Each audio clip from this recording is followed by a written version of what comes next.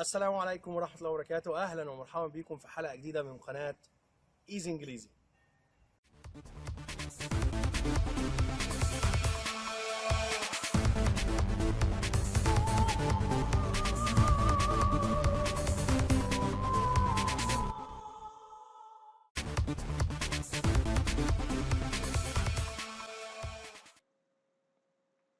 السلام عليكم ورحمة الله وبركاته طلبة وطالبات الصف الأول الثانوي، أهلا ومرحبا بكم في حلقة جديدة. معاكم مستر البنا من قناة إيزي إنجليزي. إحنا النهاردة إن شاء الله مع يونت 13 الوحدة 13 بارت 2، وده الجزء الخاص بالجرامر اكسرسايزز، التدريبات الخاصة بجزئية القواعد اللي احنا أخدناها. تعالوا نبدأ إن شاء الله على طول زي ما احنا متعودين مع دعاء المذاكرة.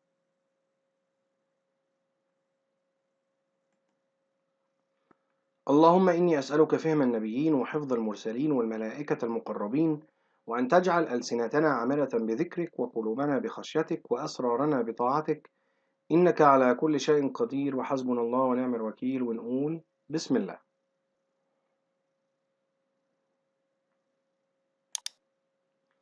أول جزئية عندنا جزئية choose the correct answer from A, B, C or D. اختار الإجابة الصحيحة من A أو B أو C أو D. Students book كتاب الطالب، work book كتاب التدريبات. تعالوا نشوف مع بعض. Number 1 all passengers كل المسافرين، space a supply of oxygen إمداد من الأكسجين. طبعا الإمداد ممكن يبقى a tube of oxygen يعني أنبوبة أكسجين. المهم طيب give ولا are giving ولا are given ولا have given. طيب أنا دلوقتي المفروض إني give يعني يعطي. هل يا ترى المسافرين هم اللي بيدوا للناس اللي في الطيارة أو للناس اللي في الأتوبيس أو للناس اللي في السفينة هم اللي بيدوهم إمداد بالأكسجين؟ أنا كمسافر المفروض أنا أدي لطاقم الطائرة مثلا إمداد من الأكسجين، ولا هم اللي بيدوني؟ تمام، هم اللي بيدوني. يبقى كده معنى كده إن كل المسافرين تم إعطائهم. يبقى المفروض الجملة دي passive مبني للمجهول. طيب give ما هياش passive خالص. are giving the present continuous am is are plus verb plus ing ما فيهاش أي مشاكل.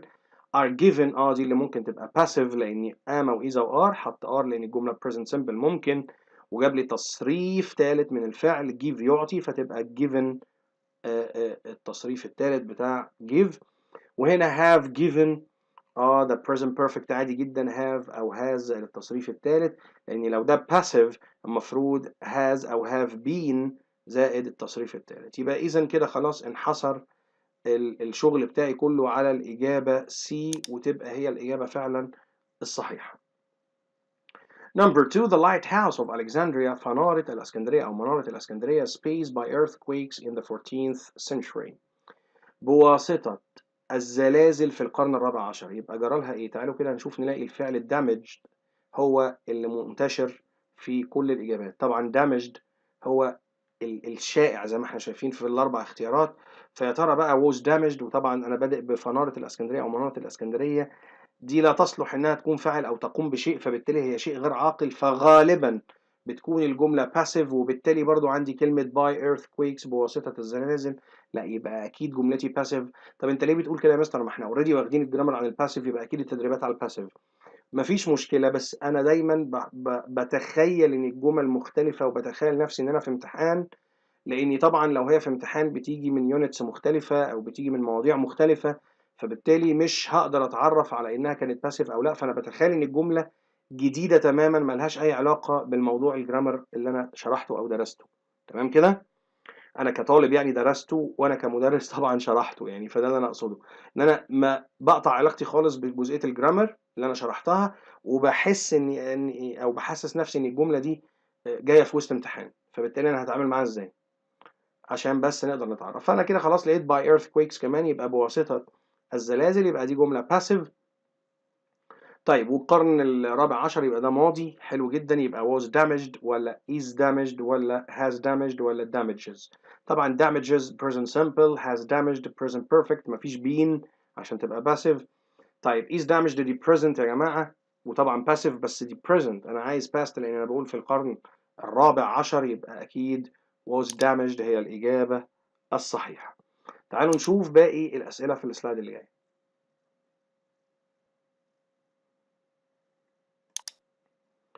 Number 3 every year hundreds of tourists كل عام مئات من السياح space the أسوان هاي دام.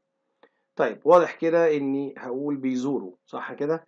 طيب السياح طبعا شيء عاقل، يعني دول بشر عاديين، فبالتالي ممكن يكون فاعل عاقل عادي جدا، والجملة طبعا كده هلاحظ إنها مش passive، فبالتالي مئات السياح يزورون، يبقى دي حقيقة وبتحصل كل سنة، فبالتالي أنا محتاج present simple مع التورستس جمع، يبقى الفعل في المصدر، يبقى مش هلاقي غير visit هي الإجابة الصحيحة.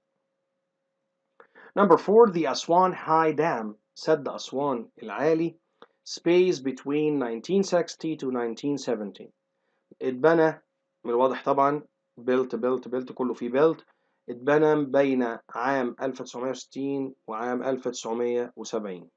طيب الكلام ده برضو في الماضي، يبقى تم بناؤه، يبقى إذا أنا محتاج حاجة في الماضي تخص ال past simple، لأن هي دي اللي مع التواريخ العادية.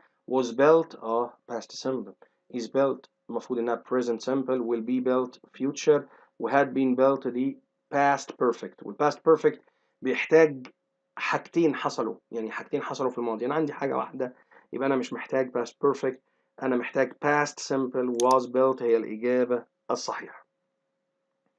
يبقى السد العالي أو سد أسوان العالي بني بين العام 1960 و 1970 أو حتى عام 1970. Number 5 the company الشركة space over by the government in 2007. طيب الشركة تم السيطرة عليها، لأن أنا بشوف take موجودة، فتيك اوفر يعني تم السيطرة عليها بواسطة الحكومة، ده في كلمة بواسطة في عام 2007، وعام 2007 ده طبعا في الماضي بالنسبة لتاريخ النهاردة، يبقى برضو أنا محتاج past simple لأن في عام 2007. تمام جدا. is taking present continuous شكرا، was taking past simple passive مظبوط، هي دي الإجابة غالبا. is taken present simple passive مش عايزها. has been taken present perfect مش هتنفع طبعا عشان in 2007 مش هتنفع. لو قال لي since كان قلت has been taken، لكن ما قالش since، فبالتالي was taken over by the government in 2007. تمام. Number 6 who was this book spaced by؟ انت عايز by، يبقى عايز تقول لي بواسطة من كتب هذا الكتاب، فعشان كده هو جايب by، يبقى ده سؤال في الباسيف، يبقى حضرتك محتاج، انت كتبت لي was، يبقى انت حضرتك محتاج التصريف الثالث من الفعل wrote write written ولا being wrote. طبعا الإجابة كتصريف ثالث هي written. C is the right answer. Number 7 the pyramids is spaced by millions of tourists every year. شفت السؤال ده بالظبط، يعني تقريبا موجود هنا بس هاي دام على السد العالي في أسوان، لكن هنا بقى الأهرامات بتتزار بواسطة ملايين السياح كل عام. هنا دي كانت active لأن السياح جاية هي الفاعل، لكن هنا بواسطة ملايين السياح، يبقى دي passive، وكل سنة يبقى حضرتك تقصد present simple بس عايزه في الباسيف. طيب the pyramids جمع ولا مفرد؟ لا هي جمع، يبقى انا محتاج ام ولا is ولا are؟ محتاج are زائد التصريف الثالث من visit هي visited. تعالوا كده نشوف visit were visited، طبعا ده passive في الباست، انت بتقول لي every year، visited ده past simple ودي present simple عادي، كل ده active، الاثنين دول active، A و C active و B passive بس في الباست simple. انا عايز اهي ده الباسيف الوحيد اللي في البريزنت simple are visited are طبعا عشان pyramids جمع، و visited التصريف الثالث، يبقى اجابتي اجابه صحيحه. Number 8 a lot of world's cotton الكثير من القطن او الانتاج العالمي من القطن space in Egypt. تمام، ودي واضح كده ان هو بيتكلم عن حقيقه، انه معظم انتاج القطن يعني بيتزرع في مصر، او محصول القطن بيتزرع في مصر. حلو جدا، وبيتزرع طبعا مش بيزرع نفسه، فبالتالي بيتزرع، مش ما قاليش بقى بواسطه الفلاحين المصريين ولا اي حاجه، يبقى انا فاهم ان هو بيتزرع، يبقى ده باسيف. طيب باسيف في البريزنت ولا في الباست؟ انت بتتكلم عن حقيقه، يبقى present simple، يبقى حضرتك محتاج مع القطن ام ولا is ولا are؟ هتاخد is. زائد التصريف الثالث من grow اللي هو grown، يبقى grows will grown was growing لا is grown هي الإجابة الصحيحة. grows present simple active عادي، will grown ده مش موجود عندنا أصلا، لأني المفروض أقول will be grown لو أنا عايزها، يا إما will زائد الفعل في المصدر will grow تبقى future عادي، ولا was growing the past continuous. لا خلاص الإجابة خلاص كده اتعرفت. تعالوا مع بعض نكمل باقي نقاط أسئلة الاختيارات في السلايد اللي جاي.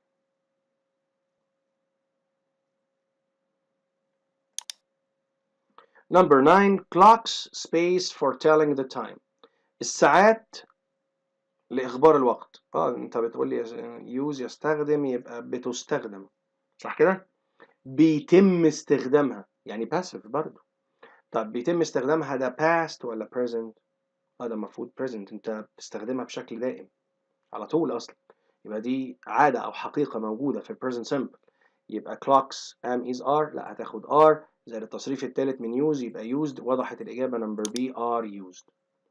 طبعا use present simple عادي مع الجمع were used past simple passive و is used برضو present simple passive ولكن is مفرد وانت بتقول لي clocks الساعات او المنبهات. جميل جدا. Number 10 the playground space by the children in school. الملعب ايه بواسطة الأطفال في المدرسة، برضو بواسطة الأطفال والملعب يبقى ده passive. حلو جدا. طيب انت بتقول لي يوز، واضح كده يوز اللي موجودة في كل الاختيارات طبعا مع اختلاف التصريف بتاعها، يبقى عايز تقول لي الملعب بيستخدم بواسطة الأطفال في المدرسة. حلو جدا، برضو ده على طول بيتم استخدامه يبقى present simple. ملعب مفرد am is are يا جماعة هياخد is زي التصريف الثالث من use is used هي الإجابة الصحيحة. Number 11 this house البيت ده was built اتبنى space Hala's grandfather. طيب يعني البيت ده اتبنى بواسطة جد هالة، عايز ايه؟ بواسطة، عايز باي. سهلة جدا، سهلة وبسيطة. Number 12 the passengers space at an altitude of 5000 meters. المسافرين واضح كده ان هم يحمل، مش عارف بقى هم يحملون ولا يعني يتم حملهم ولا هم اللي بيشيلوا، مش عارف. at an altitude على ارتفاع of 5000 meters على ارتفاع 5000 متر، يبقى بيتم حملهم، بيحملوا، صح كده؟ جميل، الكلام ده في الطيارة طبعا. طيب الحل ايه بقى؟ حضرتك دلوقتي دي مش باينة present ولا past، تعالوا نشوف. انا دلوقتي لو هي present محتاج are ولو هي past محتاج were زائد التصريف التالت من carry. carried دي past simple active عادي جدا، carry ده present simple active عادي جدا مش عايزها. are carry مش حاجة اسمها are carry، انت هتحط لي فيها ing تجيب لي منها تصريف ثالث وتبقى passive، وهنا فعلا are زائد التصريف الثالث يبقى هي دي الباسيف، يبقى هو عايزها في البريزنت سمبل are carried. جميل جدا، لان مفيش ما يدل على الجمله انها present، ولكن طبعا هي بتعبر برضو عن حقيقه، لان بيقول لي المسافرين يحملوا على ارتفاع 5000 متر، فبالتالي يعني هو عايز يقول لي ان دي حقيقه عامه في فوق سماء دوله معينه وخلاص، فتعتبر حقيقه يعني. ولكن برضو انا بناقش الناس اللي مش شايفه كي وورد، هو مش شايف كلمه تدل على الزمن، فانا برضو بفهمه ان لا خلي بالك انها ممكن تبقى حقيقة عامة بشكل عام، وفي نفس الوقت انت كده كده لا يعني مش هو مش بيضايقك وحاطط لك وير زي التصريف الثالث. تمام. Number 13 this book space 100 years ago.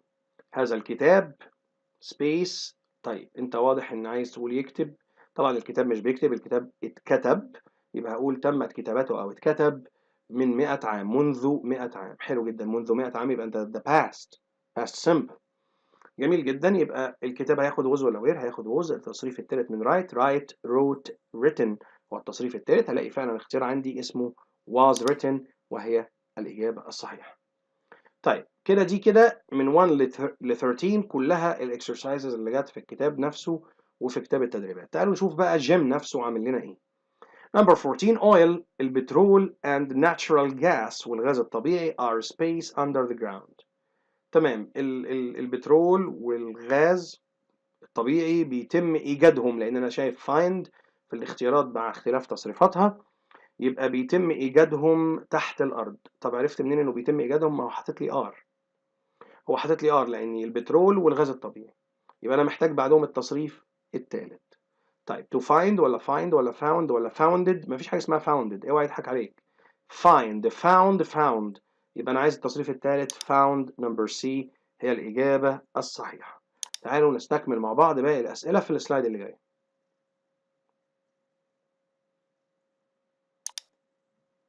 Number 15 he can't travel with us as his car space at the moment.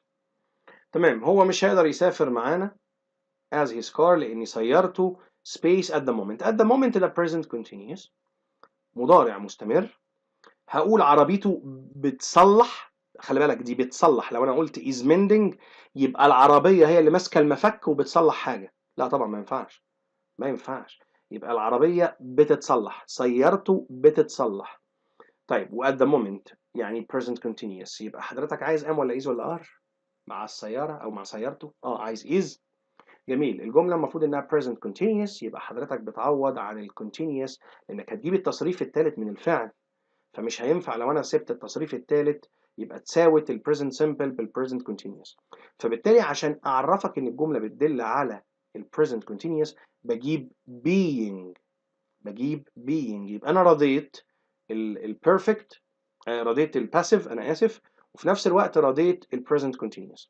رضيت ال present continuous ان انا جبت له برضه فعل متضاف له ing، ورضيت الباسيف اللي ما بيتنازلش ابدا عن التصريف الثالث للفعل الرئيسي، فبقت is being mended. اتمنى ان انت تكونوا فاهمين النقطه دي كويس.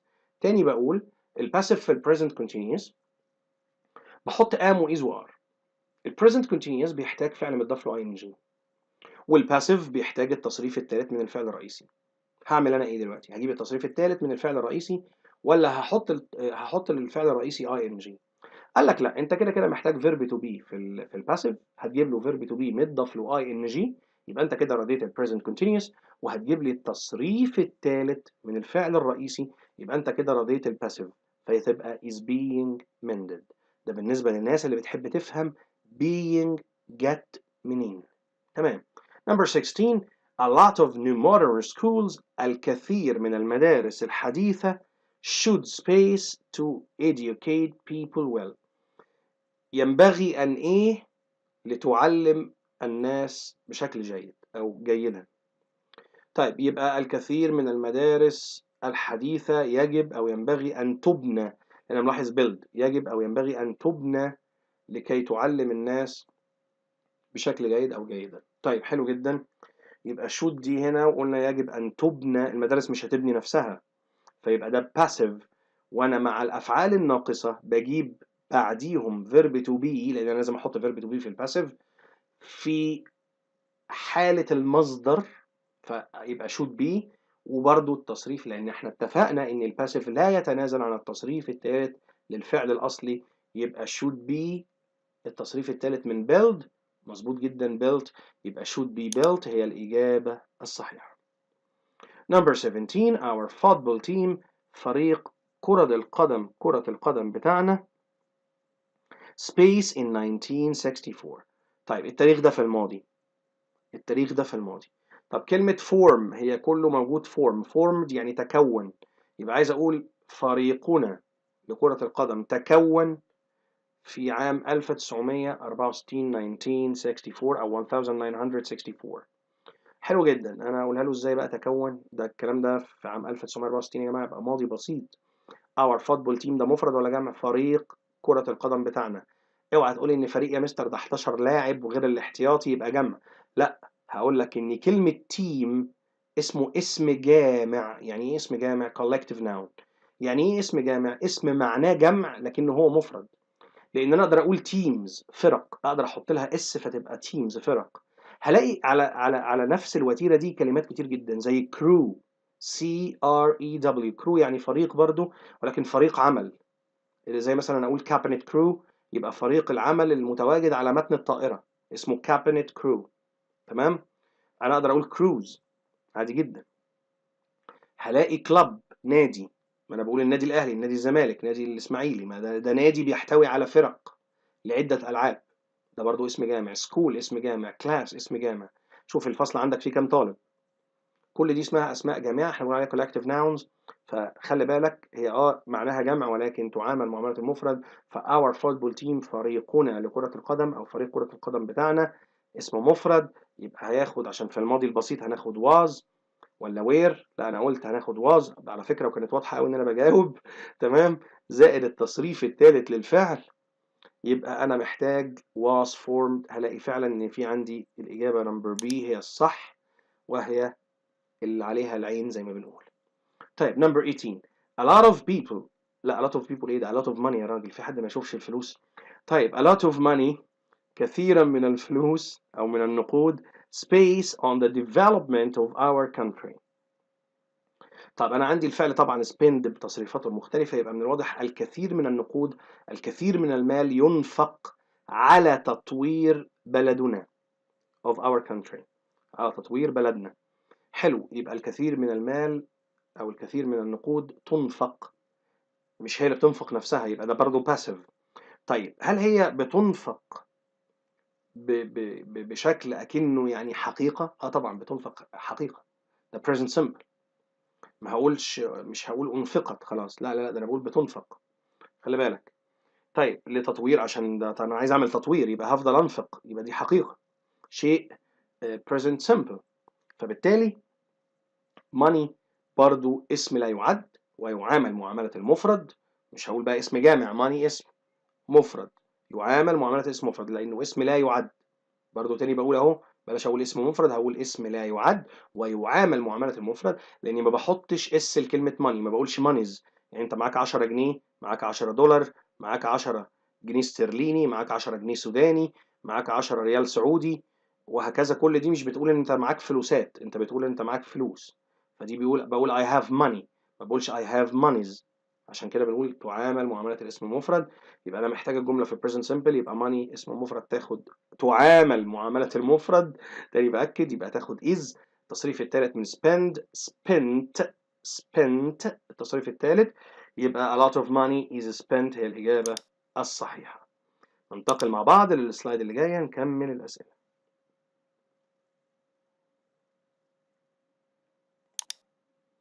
Number 19 my car space in last week's crash. سيارتي حصل لها ايه في التصادم او في الحادث بتاع الاسبوع الماضي؟ تمام، سيارتي واضح كده اني destroyed بكل بقى تصريفاتها المختلفة، يبقى سيارتي دمرت والاسبوع الماضي او في حادثة الاسبوع الماضي، يبقى انا عايز ماضي بسيط. طب السيارة مفرد ولا جمع؟ تاخد تعامل، هي اسم مفرد لانها my car، تاخد was زي التصريف الثالث من destroy تبقى destroyed. وضحت الإجابة was destroyed أصلا، هي number A واضحة يا جماعة مش محتاج. number 20 رقم 20 this old house، هذا البيت القديم space in 1964 في عام 1964. طيب يبقى البيت ده واضح برضو ان built كلها بتصريفاتها المختلفة او في تكوينات مختلفة، يبقى انا بالشكل ده انا محتاج برضو باسيف، لان هذا البيت القديم بني في عام 1964، قلنا 1964 او 1964. طيب انت عايزه بني يبقى في الماضي، البيت مفرد ياخد was، التصريف الثالث build بالدي، التصريف الثالث بالتي built، التصريف الثاني برضو اصلا كمان بالتي، يبقى تاني وثالث الاثنين بالتي، بشيل الدي واحط تي، يبقى was built هي الاجابه الصحيحه. 21 when we arrived home، عندما وصلنا للبيت our dinner، العشاء بتاعنا اتطبخ، صح كده؟ passive ها؟ ما هو العشاء مش هيطبخ نفسه، يعني واضح ان كله cook بتصريفاتها المختلفة، يبقى عشاءنا الطبخ. يبقى when we arrived دي past، يبقى هنا برضو past simple، صح كده ولا ايه؟ تمام، past simple. تفتكر احنا when يا جماعة؟ طب هي when يا يجي بعدها past simple past simple، يا past simple past continuous. طب هنشوف يا ترى في past simple يعني في was، لان our dinner ده مفرد، في was زائد التصريف الثالث cooked، مفيش was cooked، مفيش was cooked، لكن هلاقي was being cooked. ده past ايه؟ past continuous passive، يبقى فعلا past simple past continuous، يبقى انا هختار was being cooked هي الإجابة الصح. طبعا has cooked present perfect، was cooking ده past continuous بس مش passive يا أستاذ، ده جملة active. لو أنا هقول بقى my mom was cooking our dinner، لكن ده أنا بادئ ب our dinner، فهلاقي had cooked كمان هنا past perfect عادي جدا active مش passive، فكده أنا إجابتي صحيحة. Number 22 the glass window، الإزاز بتاع الشباك space حصل له إيه؟ واضح طبعا إني broken broke بقى breaking، هنشوفها كل التصريفات موجودة. فبالتالي أنا بتكلم وعايز أقول إن الزجاج بتاع الشباك اتكسر طبعا ما كسرش نفسه، اتكسر فده passive. when the boy hit it with the ball، لما الولد خبطه بالكورة. جميل جدا. طيب يبقى حضرتك عايز تقول الشباك اتكسر صح كده؟ يبقى past simple هنا هي على فكرة past simple أهو the boy hit، يبقى هنا when هي موجودة بس هنا past simple وقبلها past simple. طب يا مستر ما ينفعش نحط present past continuous؟ ماشي خلاص، بس أنا عايز أقول الإزاز اتكسر تبقى past continuous passive. عايز past continuous passive يا مستر، يعني عايز was being broken، مفيش was being broken، يبقى هو هيخليها past simple. الحدثين متقاربين يا جماعة، دي شوطة وكسرة، خلاص شاط اتكسر انتهى الموضوع، فالحدثين قريبين من بعض. ثانيا الشوطة مش هتاخد يعني وقت طويل، ده هي في كسر من الثانية كسرت كسرت الشباك. حلوة، في كسر من الثانية كسرت الشباك. جميل. يبقى أنا عايز past simple، يبقى the glass window شباك، الإزاز بتاع الشباك ده إيه؟ الإزاز يا جماعة مفرد ولا جمع؟ لا الإزاز مفرد، الإزاز اسم لا يعد كمادة خام، تمام لا يعد، يبقى ياخد was زي التصريف الثالث break broke broken، هلاقي فعلا was broken موجودة عندي number C، يبقى أنا إجابة صحيحة. Number 23 on reaching the new flat we found out that the fridge had two space. لما وصلنا الشقة الجديدة we found out احنا اكتشفنا that the fridge ان التلاجة had two space، يعني مضطرين ان احنا واضح كده يعني مضطرين انها تتصلح، لان انا عندي fix برضو بتصريفاتها المختلفة. طيب had to اللي هي بمعنى كان مضطر ان، يبقى التلاجة اضطرينا ان احنا نصلحها، بس طبعا التلاجة مش هتصلح نفسها، فبالتالي التلاجة اضطرت انها تتصلح. حلو جدا، يعني المفروض انها passive، المفروض انها passive. the fridge had to. طيب had to تعتبر على فكرة من الافعال الناقصة، زيها زي should زيها زي could زيها زي can will و should، يعني كل دول بيجي بعدهم الفعل في المصدر. طيب احنا محتاجين verb to be عشان تبقى passive، محتاج verb to be. طب لما هيجي بعدها الفعل في المصدر يبقى اجيب verb to be في المصدر زائد التصريف الثالث من الفعل fix، يبقى had to be fixed، اضطررنا لتصليحها او اضطرت انها تتصلح، فبالتالي المهم يعني be fixed لانها طبعا passive، الثلاجة مش هتصلح نفسها عشان بس نكون واضحين. 24 football is a popular sport. كرة القدم هي رياضة شائعة منتشرة. That space in clubs and playgrounds. clubs and playgrounds، كلمة clubs النوادي والملاعب. حلو جدا، يبقى كرة القدم تكون لعبة شائعة، لعبة مشهورة. طيب دي حقيقة كده من الواضح، يعني بتتلعب في النوادي وفي الملاعب، بتتلعب بقى بشكل يا جماعة دائم، موضوع يعني حقيقة منتشرة في العالم كله، في أي دولة تلاقي الطلبة والأطفال بيلعبوا كورة. جميل جدا، وكبار طبعا يعني. المهم، فالجملة باسيف وحضرتك بتتكلم عن كرة القدم، وقايل لي ذات على فكره، عشان ما تجيش تقول لي يا مستر ما هو حاطط ايزي اهو، انت عايز تعملها تاني ازاي بباسيف؟ يعني اكيد انت هنا مش محتاج فعل. لا محتاج فعل، لاني طبعا عندي كلهم افعال، ده رقم واحد. رقم اتنين حضرتك انا فصلت بذات اللي هي بتتلعب، التي تلعب في النوادي والملاعب. طيب احنا قلنا انها present simple، يبقى كرة القدم هتاخد is زائد التصريف الثالث من play، هلاقي is played، وهي على فكرة الوحيدة اللي passive لان دي is playing طبعا دي present continuous، و played past simple active، ودي active، و plays present simple active برضه. لا أنا عايز الباسيف. Since last year منذ العام الماضي a lot of new roads الكثير من الطرق أنشئت، صح كده؟ جميل.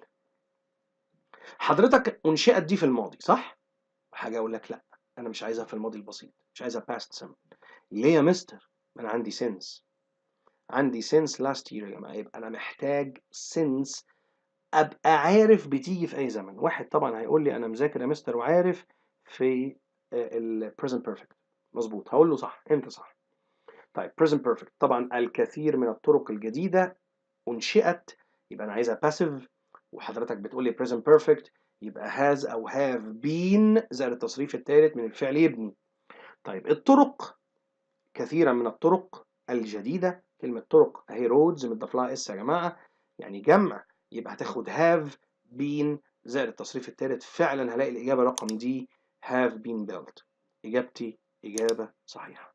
نكمل مع بعض باقي الأسئلة في السلايد اللي جاي.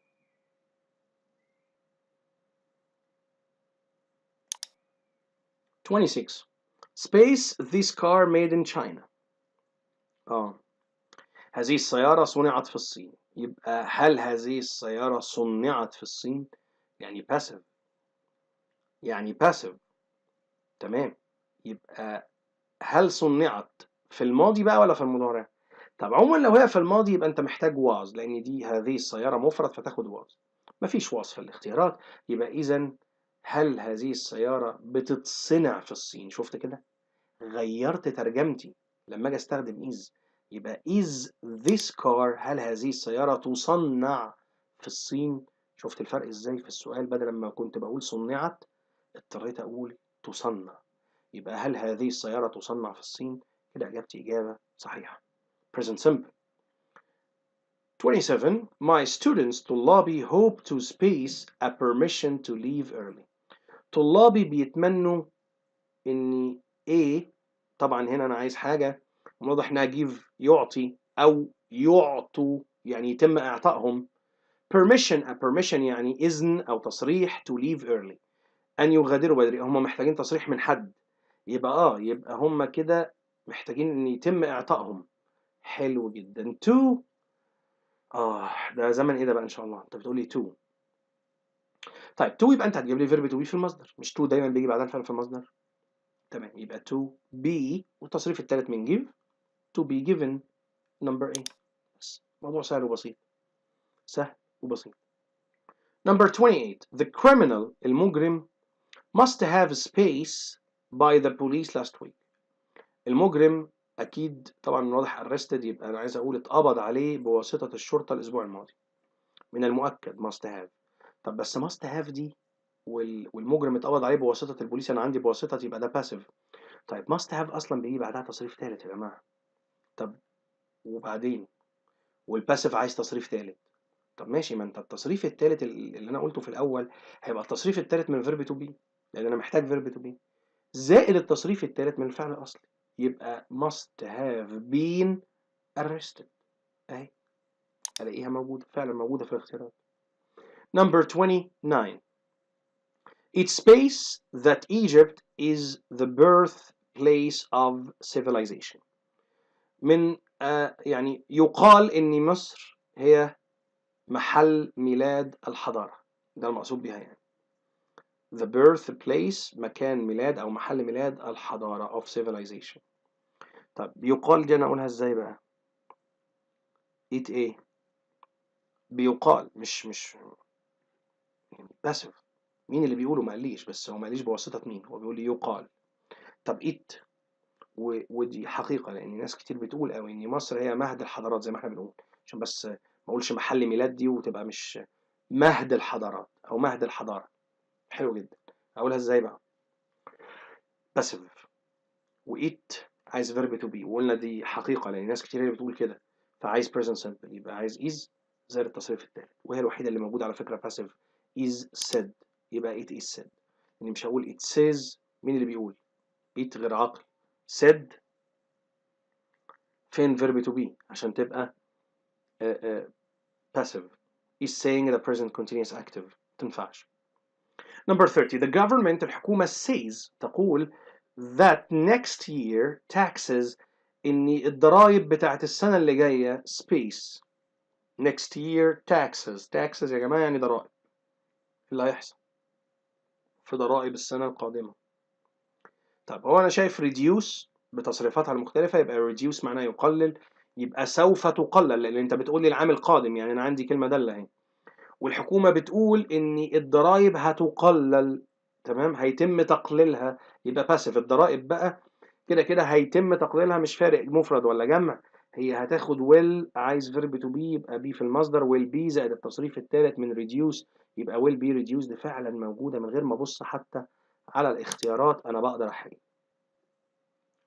previous exams exercises، تدريبات من الامتحانات السابقة. Number 31 the Eiffel Tower spaced by Gustavo Eiffel in 1889، وده جه في القاهرة المعاصرة 2017. فبيقول لي إن برج إيفل اللي احنا بنقول عليه بالعربي طبعا إيفل اتبنى بواسطة، أكيد لأني جايب لي بواسطة، فهقول اتبنى بواسطة جوستافو في عام 1889 1889. جميل. طيب أو ما قاليش تم بناؤه على فكرة، ده عايز يقول لي designed يعني تم تصميمه. حلو جدا. طيب مديني عام وقايل لي فيه، يبقى ده past simple على طول، يبقى تم تصميمه. طيب أو اتصمم يعني. ف ايفل تاور ده اسم مفرد، فهياخد was ولا where بقى؟ يعني ده قلنا past simple، هياخد was للتصريف الثالث من design، هتبقى was designed هي الإجابة الصحيحة. 32 these books، هذه الكتب space in 2000 في عام 2000. بني سويف 2018. طيب هذه الكتب ايه في عام 2000؟ طيب في عام 2000 وكاتب لي طبعا رايت بتصريفاتها، يبقى انا في عام 2000 يبقى انا عايز الباست سمبل، كتب جمع was ولا where يا جماعه؟ يبقى where زائد التصريف الثالث من رايت، write wrote written، يبقى where written هي الاجابه الصحيحه. لسه باقي اسئله خاصه بالامتحانات السابقه، تعالوا نشوفها في السلايد اللي جاي.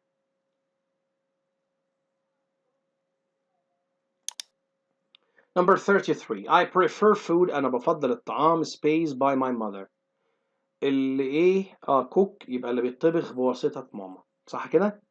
طب دي جت في المنيا صملوط 2018. حضرتك دلوقتي بتقول لي أنا بفضل الطعام.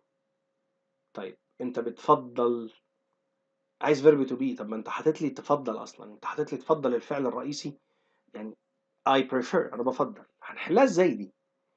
قال لي طيب أنت الفعل الرئيسي عندك cook هتجيب منه تصريف ثالث، صح كده؟ ماشي شكرا. عايز verb to be، هقول I prefer food is، هقولها كده مش صح؟ ما تنفعش I prefer food is. فقال لي ان prefer ده فعل، وحضرتك هتجيب بعديه فعل تاني اللي هو verb to be، حط له ing، مش فعلين ورا بعض، الفعل التاني بيتحط له ing، وده اسهل شرح للموضوع ده. يبقى انا هقول I prefer food being cooked، هي الوحيده اللي صح اصلا، وهي الوحيده اللي passive على فكره، لان دي to cook، دي cooking، ودي cooks، فهي دي الوحيده اللي passive فيها verb to be والتصريف التالت. دي حاجه برضو تانية، يعني بالاضافه للشرح اللي انا شرحته، كده كده مفيش غير دي اللي فيها فيرب تو بي والتصريف الثالث، فانت غصب عنك هتقول هي دي، لان انا عندي باي، فيبقى دي باسيف، يبقى هختار اللي فيها فيرب تو بي زي التصريف الثالث.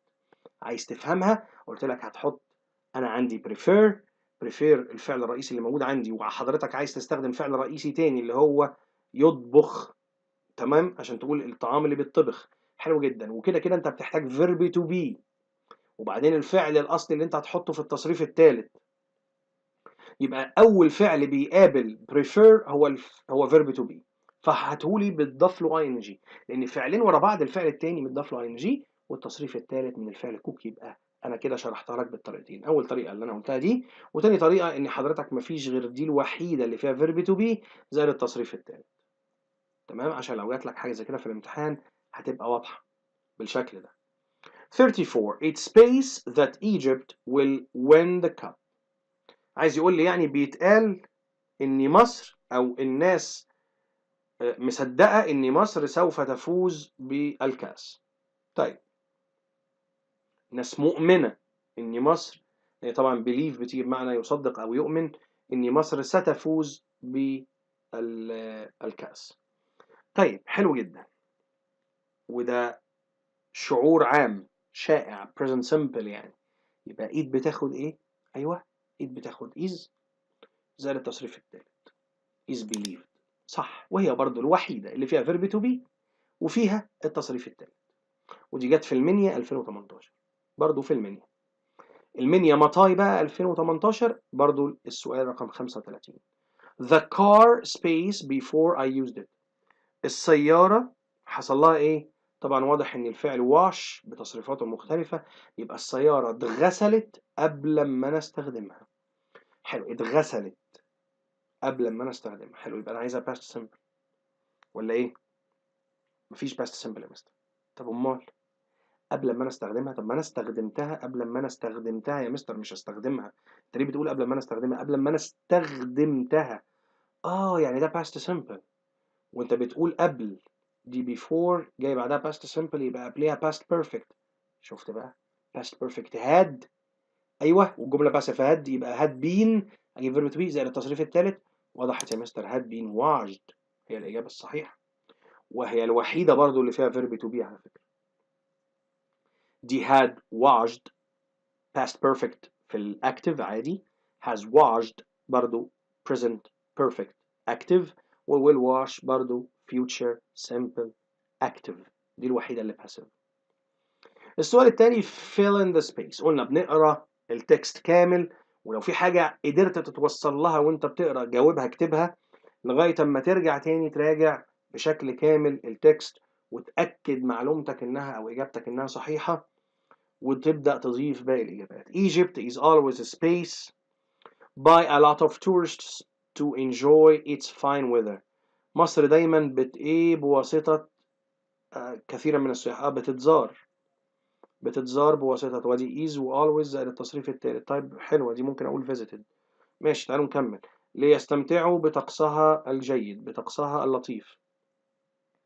It is space that Egypt has third of the world's monuments. من المتعارف عليه، من المعروف، من المصدق، شوف انت بقى هتقولها ازاي، ان مصر لديها ثلث آثار العالم. monuments يعني آثار. a lot of tourist sites، كثيرا من المواقع السياحية، المناطق السياحية. space being developed recently دي مع ال present perfect، يبقى ايه being، عشان كده حتى شوف في being التصريف التالت من verb to be، وبعد كده التصريف التالت من الفعل الأصلي. يا سلام، يبقى هنا ايه؟ مظبوط جدا، يبقى هنا دي كانت present perfect، مظبوط جدا. يبقى sites هتاخد have ولا has؟ هقول have been، صح كده، مظبوط، حلو جدا. بس لسه هنكمل. in addition to that، بالإضافة إلى ذلك، some other sites، بعض المواقع الأخرى are going to space developed. برضه developed تصريف تاني بعد going to، يبقى أنت هنا محتاج verb to be. بعد going to verb to be في المصدر. طب ما دي سهلة، كفاية كده خلاص، أنا وصلت هنا للنهاية أصلا. in the near future going to يبقى ده مستقبل أهو. حلو، مش لازم بقى نقرا دي. جميل، احنا هنوصل كده الحلو. يبقى Egypt is always بتزار، مصر دائما بتزار. هات التصريف الثالث بواسطة كثيرا من السياح، يبقى visited عشان يستمتعوا بطقسها الجيد. it is a space يبقى من المتعارف عليه. it is ايه؟ عايز تصريف ثالث، ما هي it is known. ايوه كده. it is known that Egypt has third of the world's monuments. من المتعارف عليه ان مصر، او من المعروف ان مصر تمتلك ثلث آثار العالم. a lot of tourist sites، كثيرا من المناطق السياحية او المواقع السياحية. مالها؟ قلنا been developed recently يبقى present perfect، ودي عندي been. sites تاخد have ولا has؟ have، مش تبقى present perfect.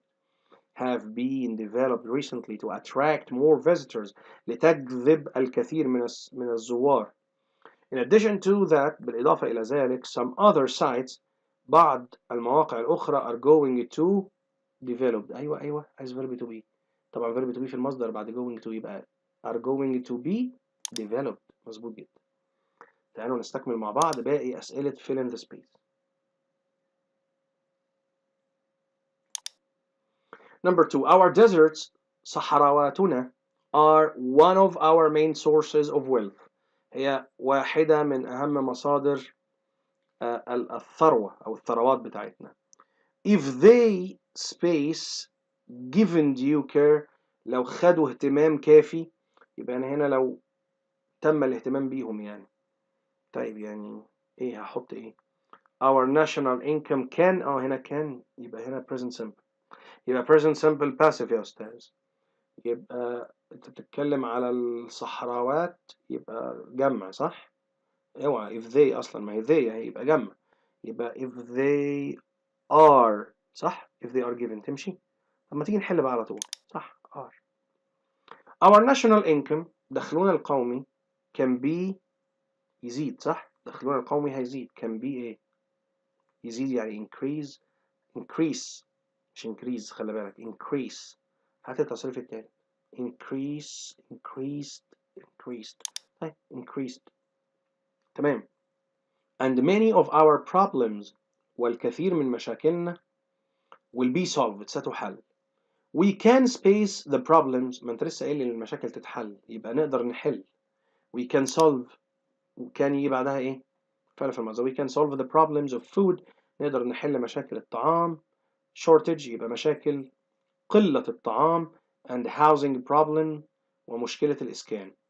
we can increase the farming نقدر نزيد الرقعة الزراعية farming land اهي الرقعة الزراعية أو الأرض الزراعية and find new jobs ونجد وظائف جديدة for our youth لشبابنا.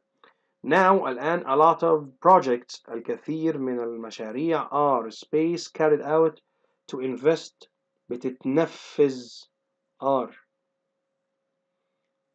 بتتنفذ صح دلوقتي لأن هو بيقول لي now present continuous يا أستاذ.